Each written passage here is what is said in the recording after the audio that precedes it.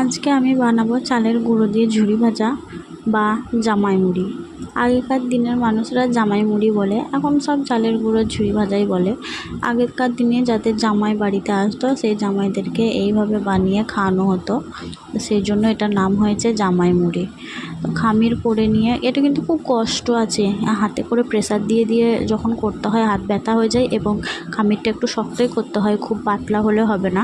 তো শক্ত করে যখন প্রেসার দিতে হয়, তো ওই ছিদ্র দিয়ে বার হতে সময় লাগে বা একটু চাপ হয়, সেই জন্য খুব কষ্ট হয়। আর ওই ছিদ্র বিশিষ্ট যে পাত্রটি দেখলেন, ওইটা আমাদের বাড়িতে এমনিই ছিল, কিন্তু এই জামাই মুড়ি করার জন্য আলাদা ছিদ্র বিশিষ্ট একটা পাত্র তৈরি করা হয়।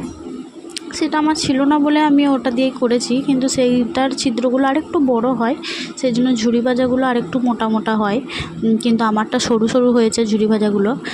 যাই হোক, আমি করেছি, ফার্স্ট টাইম ট্রাই করলাম, সেটাই আপনাদের সঙ্গে শেয়ার করছি। আরও বেটার হতে পারে। আপনারা যদি কেউ জেনে থাকেন তাহলে হয়তো আমারটা ভালো লাগবে না, আবার কেউ না জানলে আমারটা করে দেখতে পারেন। কিন্তু খেতে অনেক সুস্বাদু হয়েছে, অনেক সুস্বাদু। আমি তো রোজ রোজ ভেজে ভেজে খাচ্ছি। আর আমি মশলাগুলো একটু কমই দিয়েছি, যেহেতু জায়ান শুধু খাবে, সেই জন্য যাতে ও খেতে পারে এবং খেলে কোনো অসুবিধা না হয়, সেই জন্য মশলাগুলো একটু কম কম দিয়েছি। আপনারা চাইলে একটু নুন ঝাল এগুলো একটু বেশি করে দিতে পারেন, আমি ঝালটাও কম দিয়েছি, বাচ্চা ছেলে খাবে সেই জন্য।